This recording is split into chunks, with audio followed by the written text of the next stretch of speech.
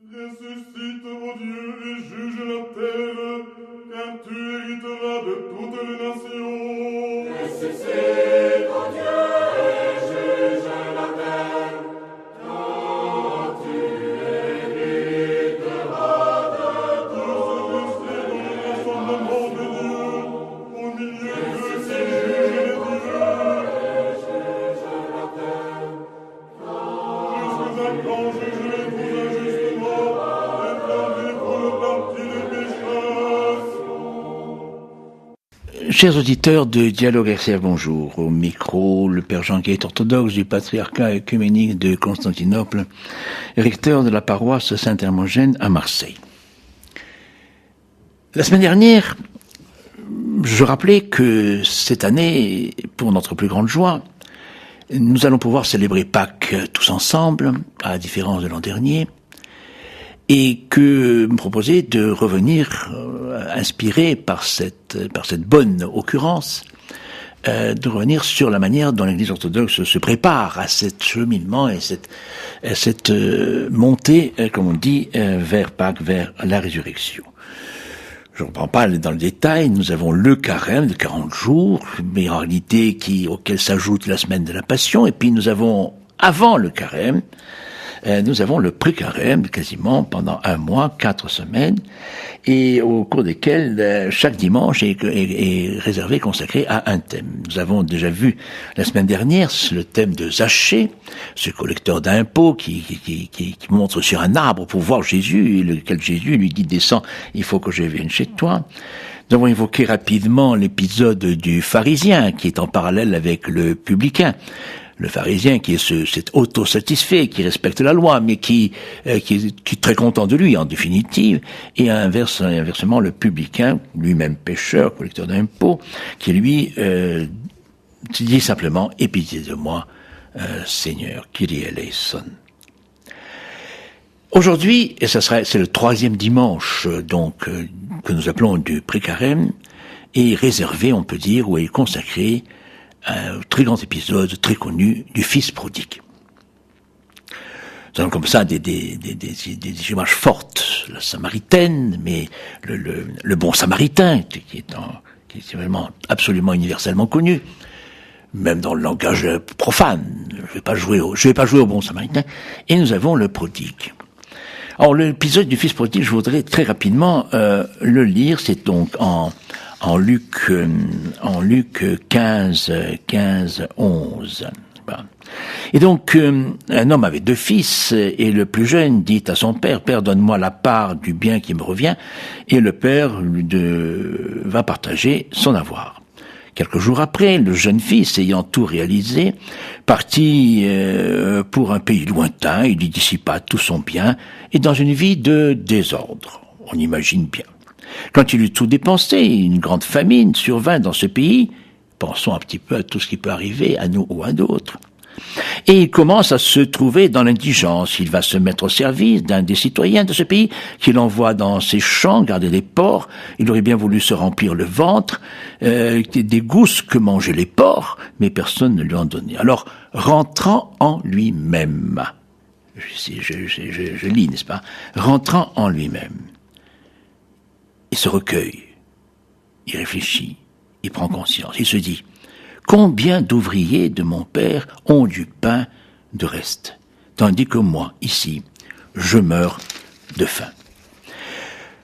Je vais aller vers mon père et je lui dirai « Père, j'ai péché envers le ciel et contre toi, je ne mérite plus d'être appelé ton fils, traite-moi comme un de tes ouvriers. » Et il va vers son père, et comme il était encore loin, son père l'aperçoit, il est pris de pitié, il court se jeter à son cou et le couvrit de baisers. Le père court et se jette à son cou.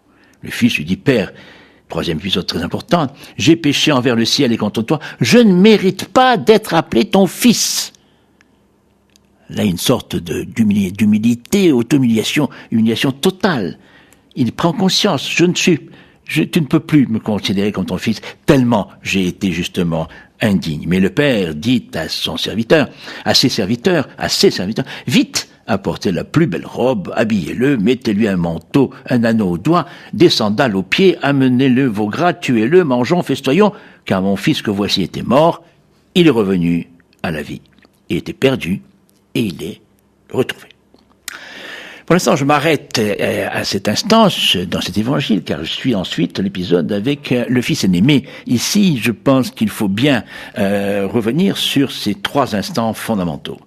Bon, ou 4. Le premier, c'est tout simplement qu'il a envie de faire la grande vie.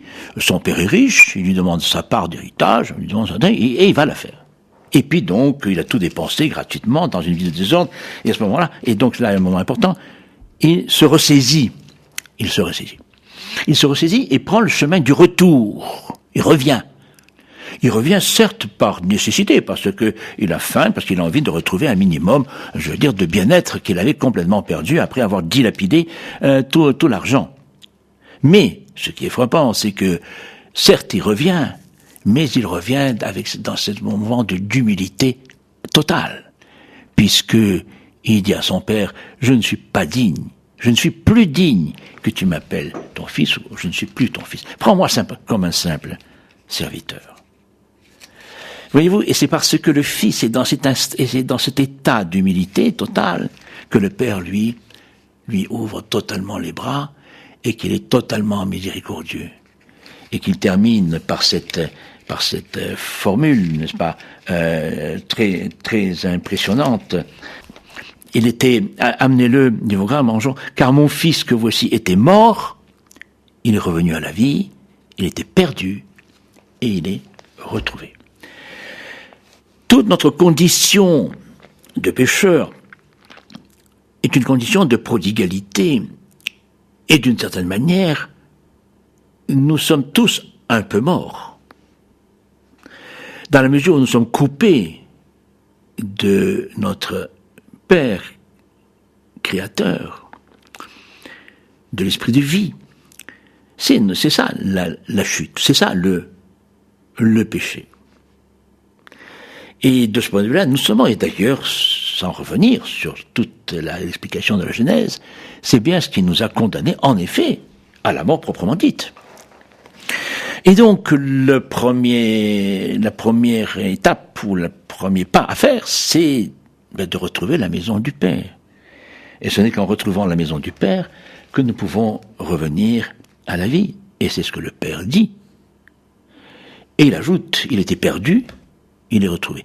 Il s'était perdu, mais il est revenu, et donc il est retrouvé.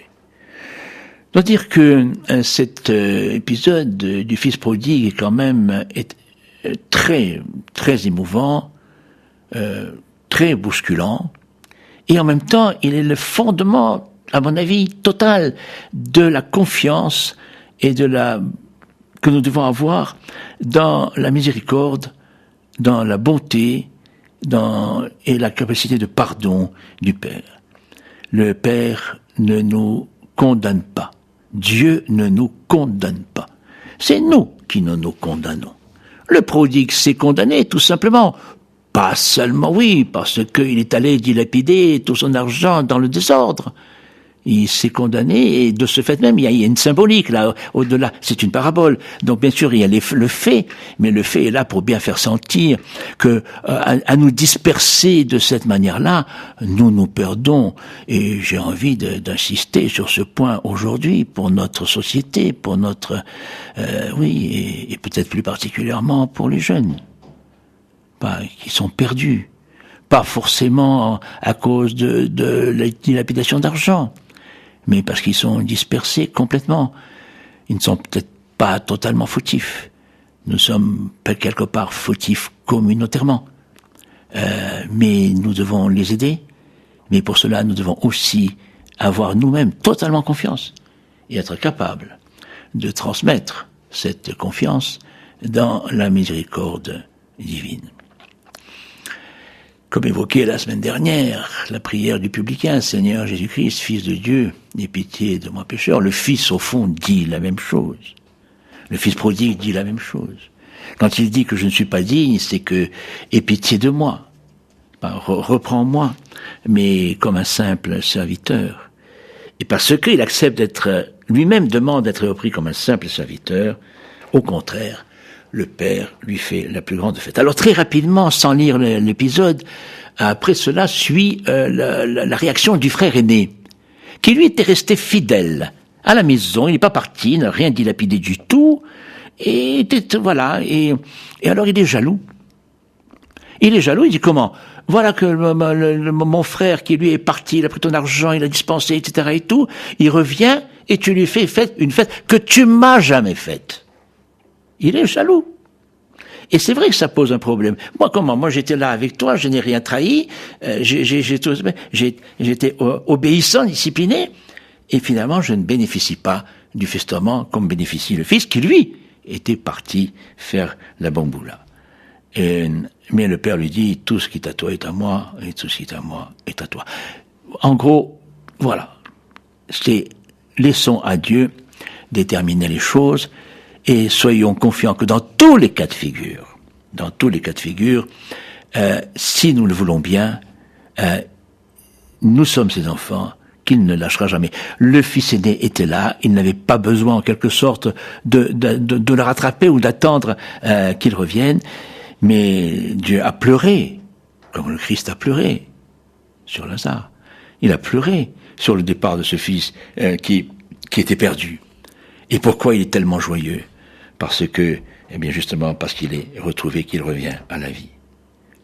Il n'y a pas de plus grand bonheur pour Dieu lui-même, c'est lui qui le dit, que d'accueillir tout perdu, tout prodigue, tout repenti. Voilà la profonde signification de toute cette période de pré-carême qui nous conduit ensuite donc au carême lui-même pour accueillir le Christ en gloire dans sa résurrection. Bonne fin de journée et donc à la semaine prochaine.